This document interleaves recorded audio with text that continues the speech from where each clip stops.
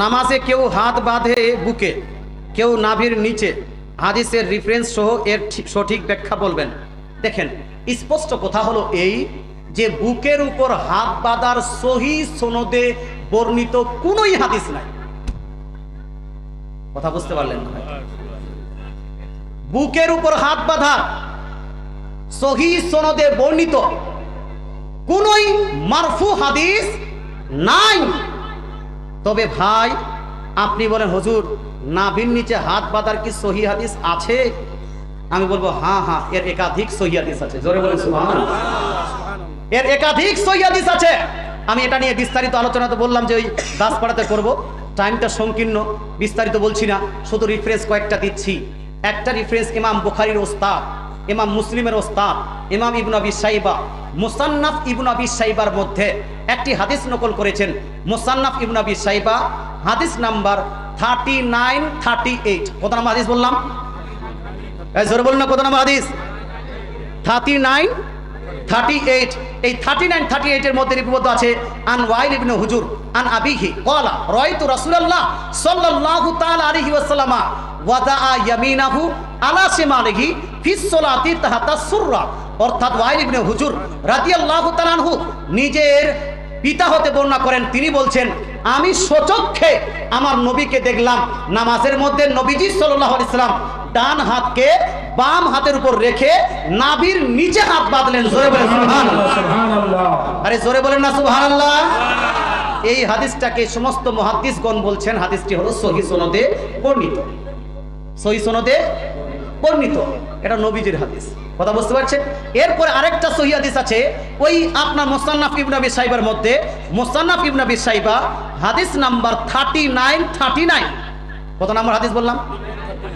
39 এর মধ্যে, মুসলিম 39 এর মধ্যে এই হাদিসটি লিপিবদ্ধ আছে।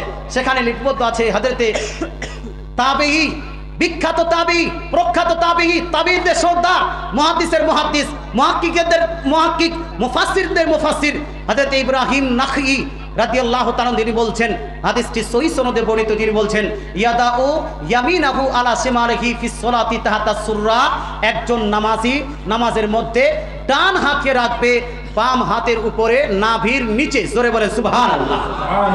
কথা বুঝতে পারছেন না? এই আপনার এতে সুনান আবু দাউদ জিল নাম্বার 1 হাদিস নাম্বার 758। কত নাম হাদিস বললাম? 758 এর মধ্যে আবু মিজলাস থেকে, কি নাম? আবু মিজলাস থেকে একটা হাদিস বর্ণিত হয়েছে সহিহ আপনার এই সুনান আবু দাউদের মধ্যে। এর সনদ সহিহ সনদ, বলেন সুবহানাল্লাহ। হ্যাঁ, যদি আপনি বলেন না হুজুর একটু কম যত, হাসান সনদ পর্যন্ত নিয়ে যেতে পারেন, জয়ীফ এবং জাল পর্যন্ত নিয়ে যেতে পারবেন না। তো আমি আপনাকে স্পষ্ট কথা বললাম, বুকের উপর হাত বাঁধার কোনোই সহিহ হাদিস মারফু হাদিস নাই। যদি আপনি মারফু সহিহ হাদিস চান তাহলে নাভির নিচে এসে যান। জোরে বলেন সুবহানাল্লাহ। কথা বোঝাতে পারলাম? কথা বোঝাতে পারলাম? হয়ে গেছে। জামাতে সলাত আদায়ের শেষে উচ্চ স্বরে আমিন বলা কতটা যৌক্তিক?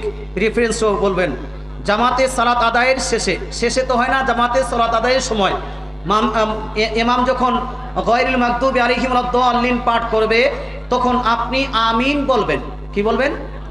আমিন বলবেন। নবীজি বলছেন ইদা ক্বালাল ইমাম গায়রিল মাগদুবি আলাইহিম ওয়াদ-দাল্লিন ফাকুলু আমিন। যখন ইমাম সাহেব, বুখারী মুসলিম তিরমিজির হাদিস এটা, ইমাম যখন গায়রিল মাগদুবি আলাইহিম ওয়াদ-দাল্লিন পাঠ করবে তখন তোমরা আমিন বলবে। তবে আমিনটা আস্তে না জোরে। অনেকগুলো জিনিস এমন আছে, পূর্বে কিছু আর পরে কিছু আর। কথা বুঝতে পারছেন না? পূর্বে কিছু আর পরে কিছু আর। পূর্বে গাধা ঘোড়া এইগুলা খাওয়া জায়েজ ছিল, পরে এটা না জায়েজ হলো। কথা বুঝতে পারছেন না? কথা বুঝতে পারছেন?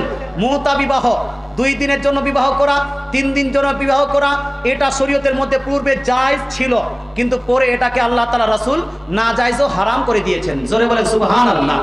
অনেক কাজ এমন আছে যে ইসলাম শরীয়তে পূর্বে জায়েজ, পরে না জায়েজ।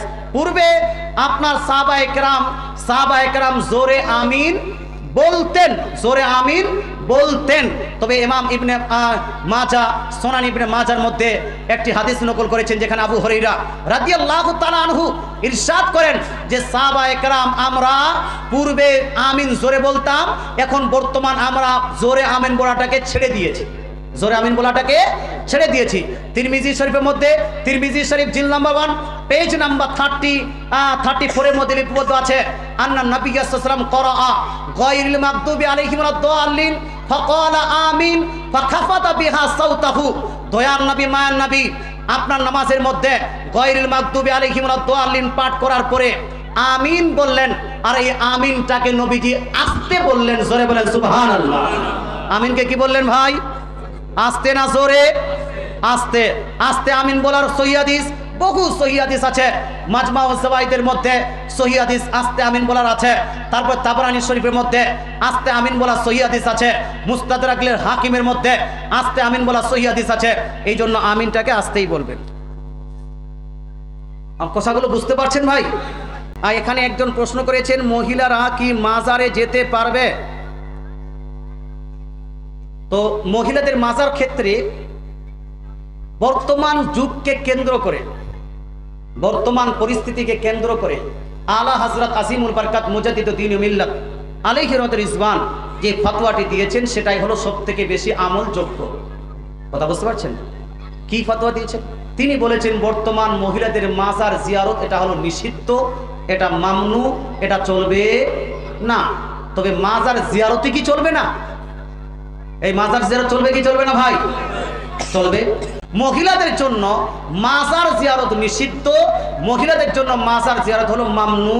হাদিসের মধ্যে আছে সুনান ইবনে মাজার মধ্যে 3খানা হাদিস, সুনান তিরমিজির মধ্যে আরেকখানা হাদিস, সুনান আবু দাউদের মধ্যে আরেকখানা হাদিস। এখানে লিপিবদ্ধ আছে লানা রাসূলুল্লাহ সাল্লাল্লাহু তাআলা আলাইহি ওয়াসাল্লাম যুবরাতিল কুবুর আও যায়রাতিল কুবুর। নবীজি সাল্লাল্লাহু আলাইহি ওয়াসাল্লাম সেই মহিলাদের প্রতি অভিশাপ এবং লানত বর্ষণ করেছেন যেই মহিলারা মাজার এবং কবর জিয়ারত করতে যায়। কবর এবং মাজার জিয়ারত করতে যারা যায় তাদের প্রতি রাসূল পাক সাল্লাল্লাহু আলাইহি ওয়াসাল্লামের অভিশাপ এবং লানত বর্ষিত হয়। তাহলে সেই কাজটা কি মহিলাদের জন্য জায়েজ হবে না না জায়েজ? এজন্য জায়েজ না না জায়েজ? তা আমরা কি নিয়ে যাব? এজন্য না নিয়ে যাব। যারা যারা বলছেন হুজুর আগামীতে নিয়ে যাব না, তারা একটু হাত তুলে বলুন তো ইয়া রাসূলুল্লাহ। এটাই হলো হুজুর শাইখুল ইসলাম ওয়াল মুসলিমিন হুজুর সৈয়দ মাদানী মিয়া মাদ্দাজিলুল আলী উনারও ফতোয়া যে মহিলাদের মাজার জিয়ারত করা নিষিদ্ধ, এটা চলবে না। হয়ে গেল। আরেকটা নিন, এখানে আছে নামাজ পড়ার সময় কেউ যদি সামনে এসে দাঁড়ায় তাকে কি সরানো যাবে? না, আপনি সরাবেন না, ওকে নিজেই যাওয়া উচিত নয়। সামনে দিয়ে নামাজের সামনে দিয়ে ক্রস করা ওর উচিত নয়, নিজেই ক্রস করা উচিত নয়, হাদিসে নিষেধ এসেছে। খেলাধুলার উপার্জনের টাকা হালাল কিনা? খেলাধুলার উপার্জন এটা অনেক বিস্তারিত আলোচনা। যেমন একটা হলো যে আপনি ন্যাশনালে চান্স পেয়ে গেলেন, ইন্টারন্যাশনালে চান্স পেয়ে গেলেন, ওই টাকাটা। আর একটা হলো যে লুডো খেলছেন, লুডো খেলে বেড লাগিয়ে দিয়েছেন, তারপরে এই যে বেড লাগিয়ে যে খেলাধুলা করা, এই প্রসঙ্গে আল আদাবুল মুফরাদের মধ্যে বলা হয়েছে যে কেউ যদি বেড লাগিয়ে কোনো খেলাধুলা করে শূকরের মাংস খাওয়া যেভাবে গুনাহ হয় তদ্রূপ গুনাহ হবে। কথা বুঝতে পারছেন না? আল আদাবুল মুফরাদের মধ্যে ইমাম বুখারী রাদিয়াল্লাহু তাআলা আনহু একটি হাদিস নিয়ে এসেছেন, সেখানে বলা হয়েছে শূকরের মাংস খেলে যেভাবে গুনাহ তদ্রূপ এই বেড লাগিয়ে খেলাধুলা করা, খেলাধুলাতে বেড লাগানো এটাও হলো গুনাহ, এটা জুয়ার মধ্যে পড়ে যায়, এটা জুয়ার মধ্যে পড়ে যায়। সুতরাং এই কাজটা করা যাবে না। তাবিজ দেওয়া কি শিরিক? তাবিজ দেওয়া শিরিক হতে পারে যদি তাবিজ দেনেওয়ালা শিরকি কাজ করে। যদি তাবিজ দেনেওয়ালা, আচ্ছা খেলাধুলা কথা বুঝতে পারলেন? বেড লাগানো যাবে না। আচ্ছা বেড লাগানো যাবে না তো কি বিনা বেডে লুডো খেলা যাবে, ফ্রি ফায়ার খেলা যাবে? না মুসলমান, বিনা বেডেও ফ্রি ফায়ার খেলা জায়েজ নয়, এটা হলো না জায়েজ। তারপর আর কি কি খেলা আছে আমি তো নামই জানি না। পাবজি, হ্যাঁ পাবজি খেলা এটা হলো না জায়েজ এবং গুনাহের কাজ। ফ্রি ফায়ারটা হলো না জায়েজ এবং গুনাহের কাজ। ক্রাম খেলা, এটা হলো না জায়েজ এবং গুনাহের কাজ। দাবা খেলা এটা হলো না জায়েজ এবং গুনাহের কাজ। তারপরে ক্রাম বোর্ড খেলা এটা হলো না জায়েজ এবং গুনাহের কাজ। কথা বুঝতে পারছেন না? খেলার মধ্যে ক্রিকেট, ফুটবল, ভলিবল এইগুলো যদি খেলা হয়, আর এই খেলাতে আবার উদ্দেশ্য হতে হবে শারীরিক ওয়ার্জিশ, শরীরকে ফিট রাখার জন্য। ঘুঁটি বেড়ে যাচ্ছে, ঘুঁটি ভালোটা ভালো না, ঘুঁটি বুঝেন আপনারা? আচ্ছা, ঘুঁটি বেড়ে যাচ্ছে, ঘুঁটি ভালোটা ভালো না, স্লিম হয়ে থাকতে হবে। আপনার কি বলছে, সিক্স প্যাক হয়ে থাকতে হবে, নিজেকে স্ট্রং করে রাখতে হবে, নিজের আত্মরক্ষা করতে হবে, নিজের বহু বেটির মান সম্মান বাঁচাতে হবে। এই জন্য নিজেকে স্ট্রং রাখা, এটা হলো একটা নেকির কাজ। কথা বুঝতে পারছেন না? নিজে স্ট্রং থাকা এটা হলো নেকির কাজ।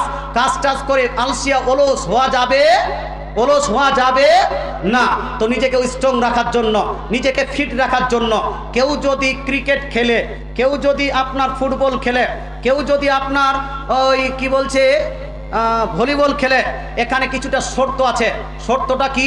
এমন টাইম অতিবাহিত করা যাবে না যেই টাইমের কারণে আপনার ফরাইজ বা ওয়াজিবাত ছুটে যাচ্ছে, কোনো জরুরি ইবাদত বা জরুরি কাজ ছুটে যাচ্ছে, এইটা যেন না হয়। 2 নাম্বার, এটা আপনার শো আপ করার জন্য খেলাটা যেন না হয়, যে আমি আমার গার্লফ্রেন্ডকে দেখাবো আর বলবে খুব ভালো, এ আমাকে বয়ফ্রেন্ড করতে হবে, প্রেমপত্র দিয়ে দিয়েছি, অ্যাকসেপ্ট করা বাকি, ওর সামনে খেললে আমার হিরোগিরি দেখে ও হয়তো অ্যাকসেপ্ট করে নেবে। এই যে শো আপ করা, লোকজন আমাকে খুব ভালো বলবে, এই শো আপ করা, শো আপ করার জন্য হবে না। 3 নাম্বার হলো যে আপনার কাপড়া হবে একদম আপনার সাতর যেটা আছে, যেটা ইসলামিক যেটা সাতর ছুপানো যেটা জরুরি, সেই সাতরটা যেন বোঝাই থাকে। হাফ প্যান্ট পরে লেন্টি মেরে কেউ যদি ফুটবল খেলতে চায়, হালাল হবে না হারাম? এটা হালাল না হারাম? এটা হারাম হবে।